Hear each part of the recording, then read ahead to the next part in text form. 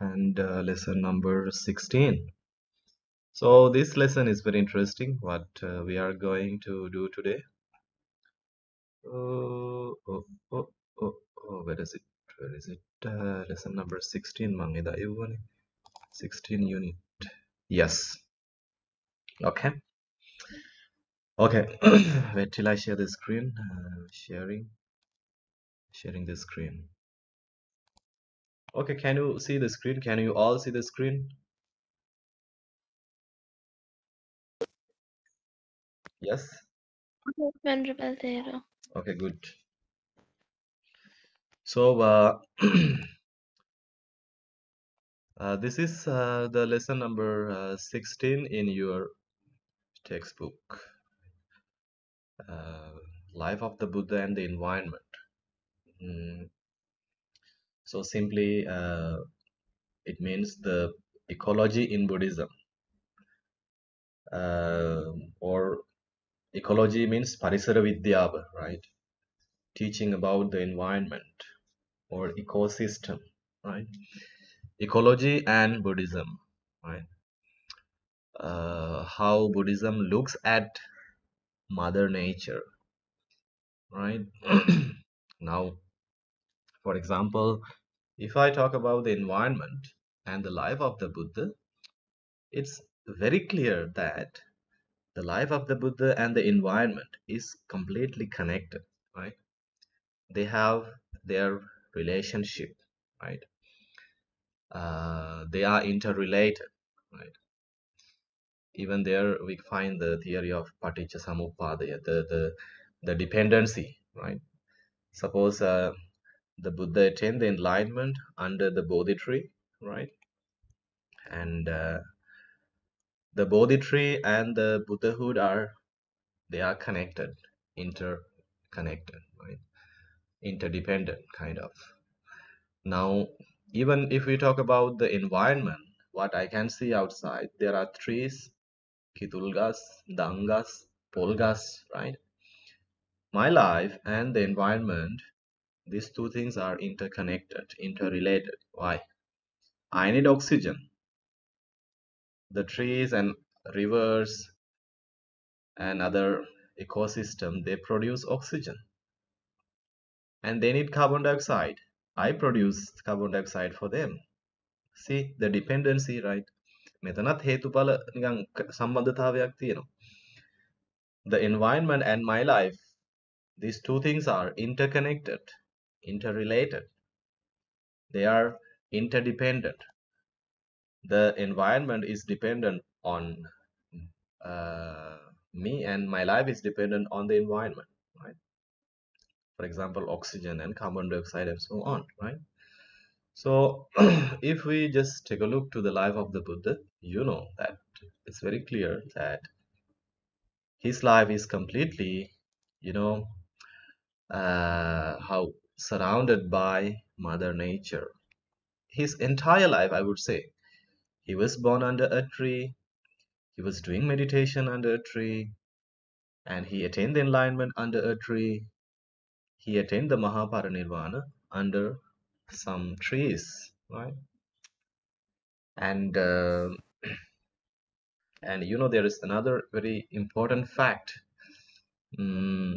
Once he attained the enlightenment, first week he was doing meditation under the Bodhi tree, and for the second week, Animisa Lochana Puja, that's the very first example given to the world soon after he attained the enlightenment. The example is Animisa Lochana Puja.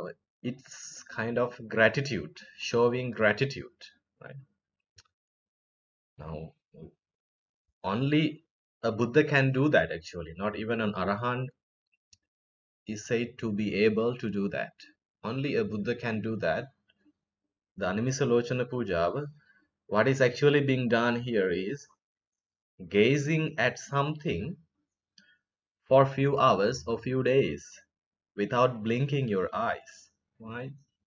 So Buddha did that performance actually not for his father, not for Pasvagatausan, not any other living human beings, but he did that for the Bodhi tree, right?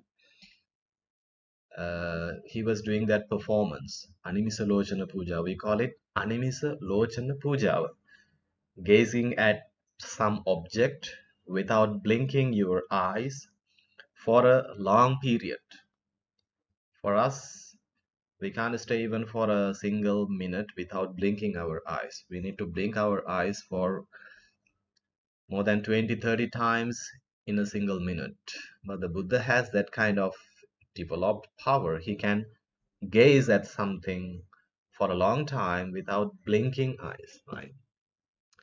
So he did this special kind of performance for the Bodhi tree, Dutiyancha Animmisa, right? Why is that? Because he was supported by the Bodhi tree.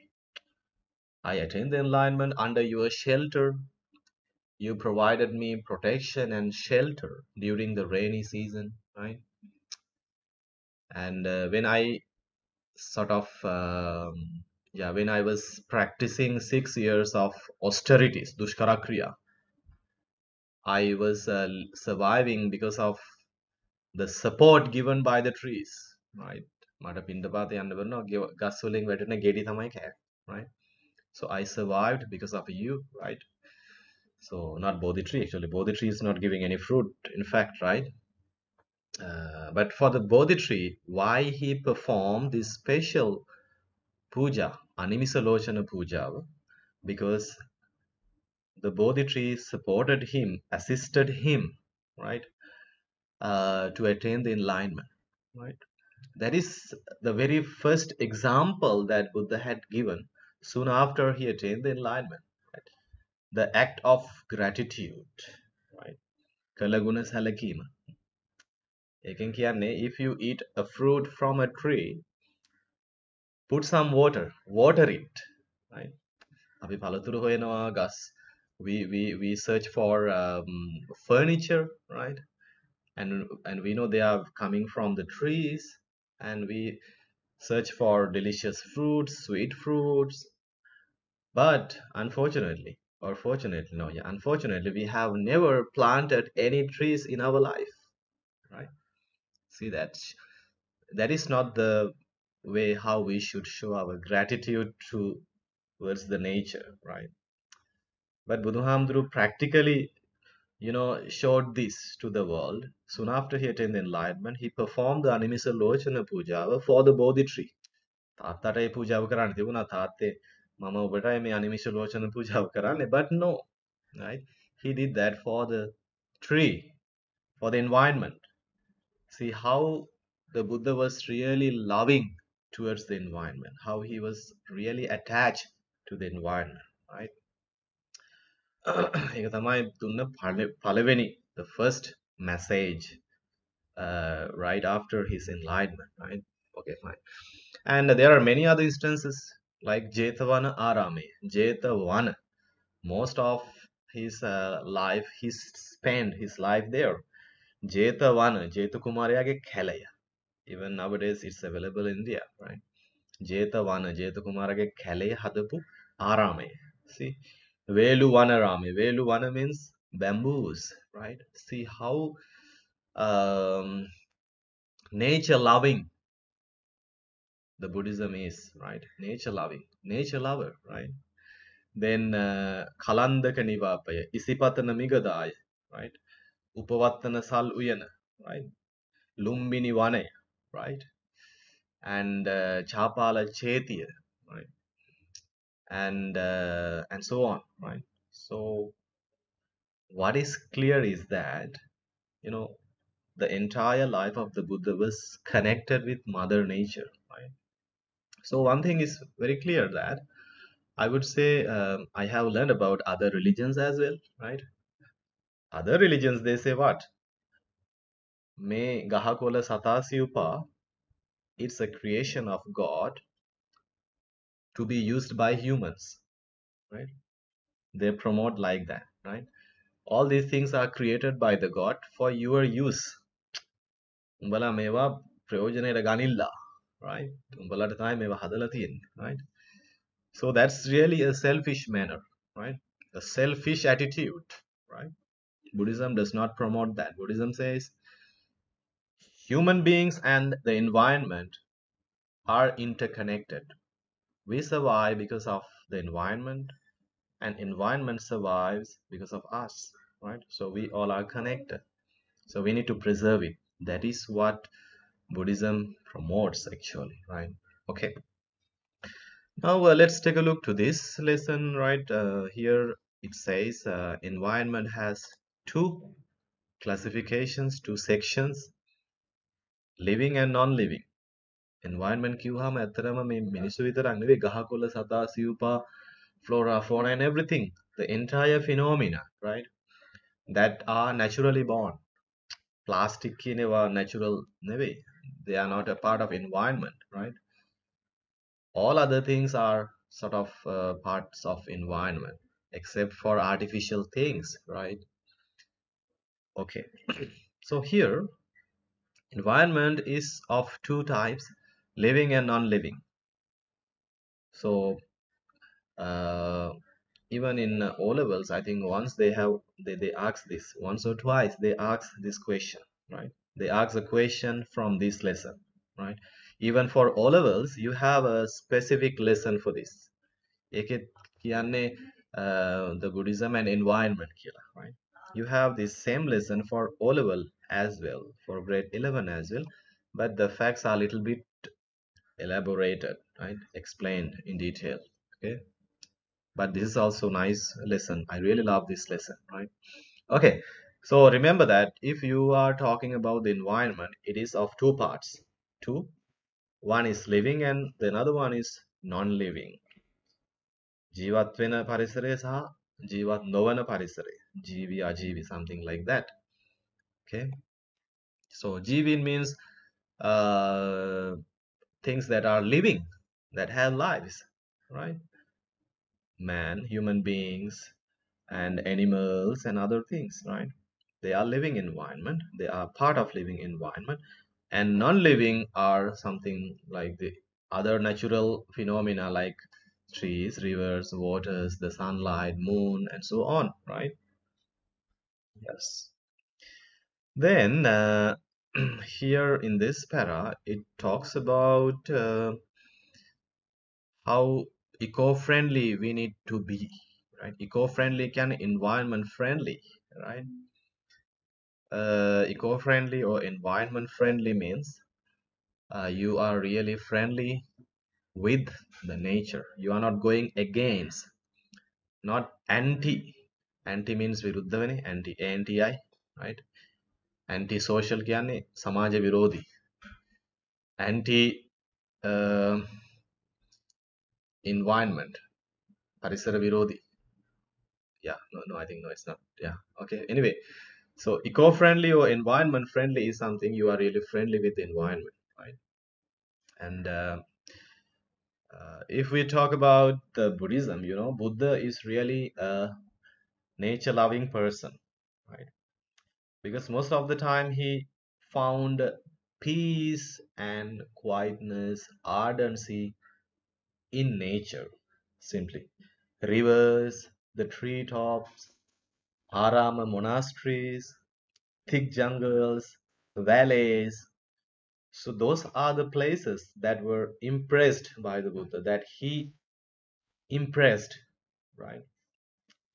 Now, now, for example, here in this concrete jungle, it's so disturbing, so noisy, always hearing the sounds, right? Vehicles are tooting their horns here and there.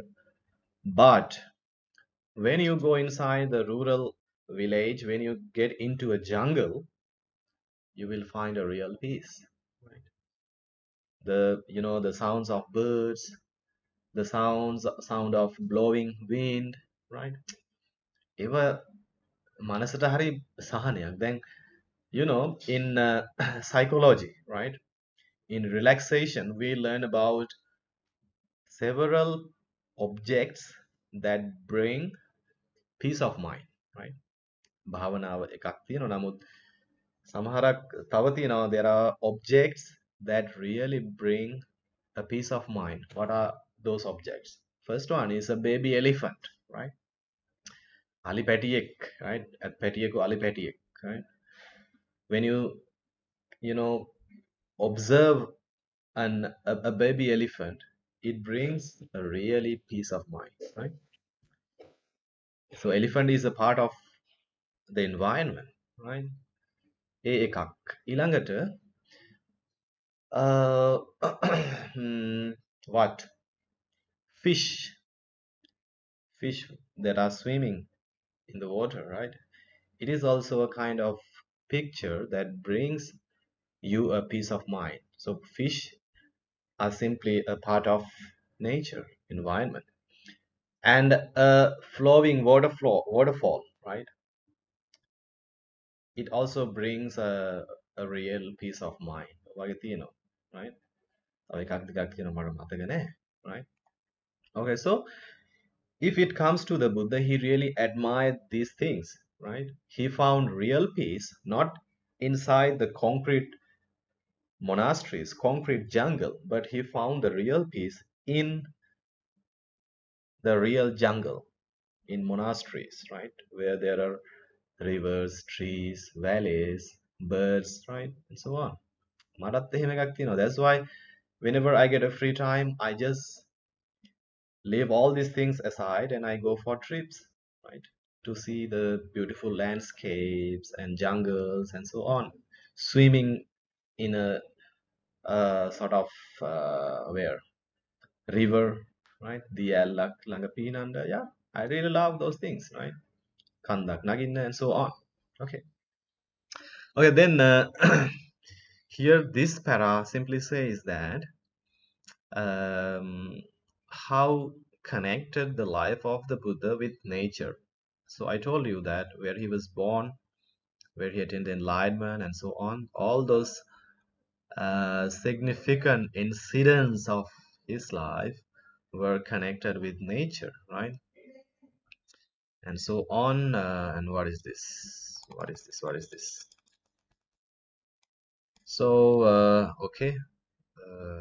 Wait a second. Something is wrong with this one. Rotate left. There was a scanning issue, right? Okay. Then, of course, we find there are certain instances, right? How he advised others about okay, how he admired and loved Mother Nature. For example, here he says, monks, I was keen in discovering the truth. I wandered along Magadha and Senani village, Uruwela, right? Uruvel Danau is a valley, right? And I saw the attractive landscape, woods, the lovely river, Niranjana, flowing down quietly, and pleasant hamlets that inspired me. Hamlets can a small village, Pudi Gum, right? I think yes. So this is how he is really, praising the beauty of nature, right? The environment is enchanting. The woods is a pleasant sight. The Niranjana river flowing along the sandy banks calms my mind. Close by is a hamlet. This is an ideal place for me, right? You have to remember that. Buddhist attitude about the environment, Lamai, is not a selfish attitude, right? Uh, Now, for example, if you look at a tree, you would just feel like this is a nice tree to make some furniture. Kumbuk gahak dakkahama, you will feel like this is a very nice tree.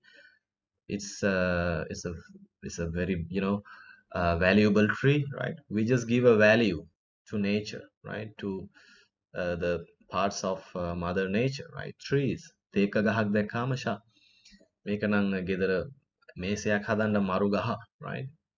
It's the best, right? And so we look at Mother Nature in a selfish point of view, right? But in Buddhist point of view, the attitude towards Mother Nature is not a selfish one, right? බුදුහාමුදුරු දැන් බලන්න කවදාවත් මේ ගස් ආශා මේක මගේ ජේතවනාරාමයේ ගෙනහිල්ලා මේ ගහ කපලා හොඳ ඇඳක් හදන්න පුළුවන්, right? So the Buddha had no such selfish attitude towards Mother Nature, right? Remember, keep in mind, right? He did not have that kind of selfish attitude, but he had a kind of attitude about how what peace, quietness, right? Viragi, detachment, right? ගඟ ගලාගෙන යනවා ගස් වල මල් පිපිලා ගෙඩි පිපිලා. It really appease my mind, right? But අපි නම් හිතන්නේ ලස්සන ගහක් දැක්කොත් මල් පිපිලා නම් we try to plug them, right? We try to plug, the fruits and so on. But if it comes to the Buddha, he had no any idea of selfishness towards the nature environment, but he had a kind of very how to say detachment, right? He had the thoughts of detachment about Mother Nature, right? Like a lasana kalayak nang, yeah, this is a very best place to do meditation. Anohumai, right?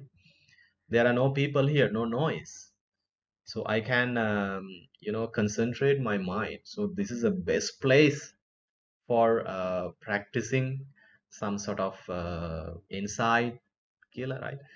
So that is how the Buddha looked at Mother Nature. But we look at nature in a selfish point of view, right? මොනද දැක්කත් ගස් හරි ගහක් හරි කෙහෙල් ගහක් හරි we look at them in a selfish point of view, right? But the Buddha's view is not actually selfish. He find solace, calmness, quietness there in that nature, right? In that sort of Mother Nature, right? So he didn't have a selfish point of view towards the nature. Okay, then here it says about how he was, searching the truth, and after he attained the enlightenment, how he proceeded his kind of journey, right? He spent the second week. Yeah, I told that, right? Gazing at the Bodhi tree, right? Animisalochana Puja is a very nice example, right? It's a it's a kind of super example how he looked at Mother Nature, right? අපි ගහක් කපන්න තමයි හදන්නේ. We are trying to cut down a tree. If it's a valuable tree, we try to cut it down and make some furniture, right? But we never plant a tree, right? We never do it. But we always are trying to cut down and make furniture and decorate the house. But how many of you have ever in your life planted, a tree? I think very handful of students have done it, right? But when it comes to the life of the Buddha, you see, he was showing the gratitude towards Mother Nature, right? He had no idea of attachment, but he had a kind of idea of gratitude, showing respect. ඔබ මට සෙවන ලබා දුන්නා. මම ඔබටත් ප්‍රත්‍යුපකාර කරන්නම්. I will do the same, right? I will help you in return, right? I will show my gratitude. බලන්න. So he was such a nature lover. He was really a nature lover, right? ඊට පස්සේ මෙන්න මේ point එක තියෙනවා. So you know very clearly that the Buddha was living as a Buddha for 45 years. So he attained the enlightenment at the age of 35, 45 plus 45 altogether. The result is 80. So he was living 80 years, but he was living as a Buddha for 45 years. And during his 45 years of life, we find that almost all the time he was living in Dhamma halls, temples, meditation centers, and other resting places where he found shady trees, groves, bank of rivers, lakes, Aravila, Mevila, Achiravati River, right?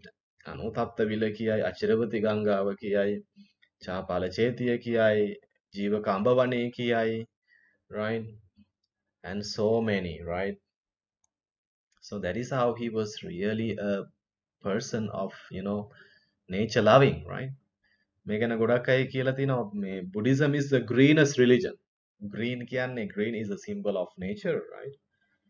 Many Western scholars, when they study, about the ecological perspective in Buddhism, they they have concluded that Buddhism is the greenest religion. Buddhism is the most nature-loving religion, right? Because we look at uh, the environment not in a selfish point of view, but in a altruistic way. I mean, um, sort of detachment, right? අපිට එහෙම selfish attitude එකක් නැහැ environment, right? About the environment, right? Okay. Then fine.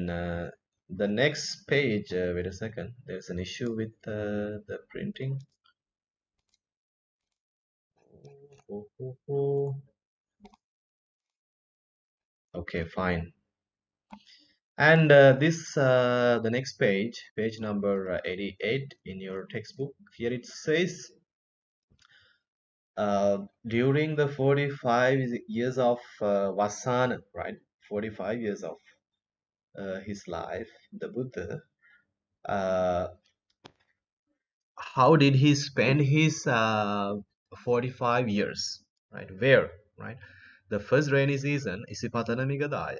Migadaya means where deers are roaming around, Isipatana, right? Second, third, and fourth rainy seasons, he was simply staying in a Veluwana. Veluwana කියන්නේ උණ උණවත්තක්, right? උණවත්තක්. වේලුව කියන්නේ මේ bamboo, right? Sanctuary abaya bhumiyak, right? Which is located in a bamboo grove. Hari lassanai. Even in our area, we have such bamboo groves, right? Una godak unagas තියෙනවා, right? Even in Japan, I have seen. It looks so nice, right? And fifth, in Kutagara cave, right? Sixth, Makulagiri. Eight, Beshakala, right? 30 and 1, 18 and 19, Charlie Pabbata, right? See how he was really attached to, Mother Nature, right? And then, and so on, Bhaddavagi, and so on, Sakya Prince.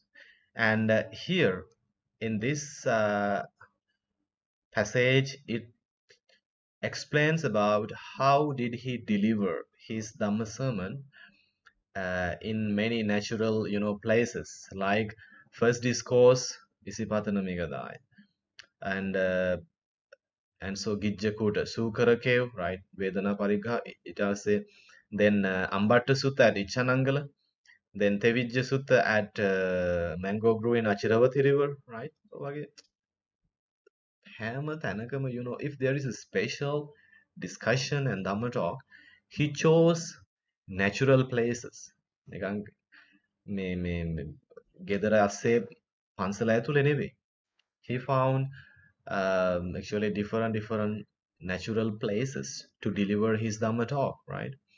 Samanya Pala Sutta, one of the very important suttas, right? So he explained them, he delivered that talk in a Jivaka Ambavane, Jivaka, Vaidyavarayage, and so on, right? Then then here is another example how he was really impressed at natural environment. Ananda, Rajagaha is a pleasant place. Likewise, Nigrodha, Chaurya precipice, right? The cave Saptaparani on one side of the Vohara Pabbata, Kalasila close to Isigili, Saptasundaka Pabbata, right? Tapodhana Rame, Kalandaka, right? At Veluvana and the deer park of Maddakuchi all depict the enchanting beauty of nature. Yes, these all places were, associated by the Buddha, right? There are many more examples. Here you can find a list of examples, list of places, right? natural places where the Buddha had time to time spend his time, right? තනිකරම පරිසරයේම තමයි බුදුහාමුදුරු හිටියේ, right? That is why we or Western uh, people who do research, right? Western ecologists who do research, who do studies about Buddhism and nature, they say that Buddhism is the greenest religion, right? Because the master, all his life, he was spending his life associating Mother Nature, right? Every time we find that. And then, yes, yeah, and Upavattana Salgreva. Yeah, these are very simple facts, right? And one another example I would tell you, monks have a specific monastic sort of rules to be followed, right? They have Vinaya, right? And in that Vinaya, Buddhamdru says monks do not break the branches of trees, right? Do not break any branch of any tree, right? Upasampada monks. And then do not put solid garbage to the water, right? And do not urinate on water, right? Do not pee on grass. Do not pee on water, right? එහෙම කියනවා. තනකොළ මත මූත්‍රා කරන්න එපා. ජලය මූත්‍රා කරන්න එපා. ඊළඟට ගස්වල අතු කඩන්න එපා, right? So see how loving the Buddha was, or how concerned the Buddha was towards Mother Nature, right? ඊට පස්සේ තව තියෙනවා මේ සැමදා පින් වැඩෙන පින්කම් සදා පුඤ්ඤං පවඩ්ඩති, right? We know very well if we do something, it's a pinna, right? It's a merit. Then one day one deity is asking, sada punyang pavadati, what kind of things we have to do to grow merits day and night? අපි මොනවද හැමදාම පින් වැඩෙන පින්කම් මොනවද? What do you think? What are the things we have to do to grow merits day and night? දන් දෙන එකම නෙවෙයි. ආරාම රෝපා වන රෝපා යේජනා සේතු කාරකා, right? ආරාම රෝපා වන රෝපා. If someone just grows what gardens, plant trees, and setu karaka, if somebody builds up, bridges, e dandu, papancha udapanancha, if someone keeps water for others to drink, then ගම්වල ගියාම තියෙනවා පැන් හල කියලා එකක්. There is a pot and inside there is pure water, and the people who just go on the road, who work on the road, if they feel thirsty, they can have a you know a glass of water from that pot, right? So if someone does that kind of things, aramaropa vanaropa, edandu palang hadanawa නම් vanaropa, if someone plants trees and jungles and so on, preserve them, බුදුහාමුදුරු කියනවා තේසං දිවාචරත්වෝච සදා පුඤ්ඤං පවඩති. That kind of things can grow merits day and night. බලන්න. So that is how the Buddha looked at Mother Nature, right? Okay. So yes, so these are the things we have to discuss under this topic, the life of the Buddha and the environment, right? And let's take a look to the question here. Write two instances through which you can show the Buddha's love of nature. Yep, we can answer, right? Mention two instances where he controlled sound pollution. Yep, mention two instances where he controlled sound pollution. So he didn't like noisy, right, environment, right? One day one high profile is coming to meet the Buddha, and he finds that the entire Jetavana monastery is silent. Kauruvat Kimbumakwat Arinna, so silent. Then this guy was really terrified, shocked, right? But then he asks, why this place is so silent? Nobody is here. You brought me here to kill me. No, the Buddha and his disciples are here. They really admire silence, right? So they don't make any noises. Right? And find from B. Okay, we can do it later. And I will show you a small thing here. One here I will show you some questions, right? That were given for all of us, right? Where is it? Yes, here is it. No. Um, yes. This is actually this is a word file that I made, right? Taking all the O-level questions and from which lessons they have been given, right? එතකොට මේ grade 11 lesson 16 එක තමයි sorry grade 10 එක එන්න ඕනේ. It's about nature, and even grade 11 we have a separate lesson for this, right? Environment and Buddhism. ඒකෙන් අහලා තියෙනවා O level වලට. See this question in 2018 and 2017 O levels. So question number 2, under question number 2 in 2018 O level ඒගොල්ලෝ අහලා තියෙනවා මෙන්න ප්‍රශ්න ටික. Name two places where the Buddha had rainy seasons, retreats in association with natural environment, right? Second question, point out briefly how he appreciated the beauty of the environment, right? Third question, explain the advantages that can be gained through protecting the environmental resources, right? ඔන්න තමයි O level වලට අහන්නේ. So not much difficult, right? The third question is little bit difficult, not difficult. You have to use your general knowledge to support your answer for the third question, right? 2017 එහෙම තමයි අහලා තියෙන්නේ. Define the term environment with reference to Buddhism, right? ඊට පස්සේ අහලා තියෙනවා describe how the importance of preservation of environment have been praised by the Buddha, right? And third question, explain how refraining from the environmental pollution and conservation of environment become a social duty. ඒක ඇවිල්ලා general question එකක්. We will practice them in the classroom. I will do this in the classroom, okay? Okay, do you have any questions regarding the lesson we have done today? So we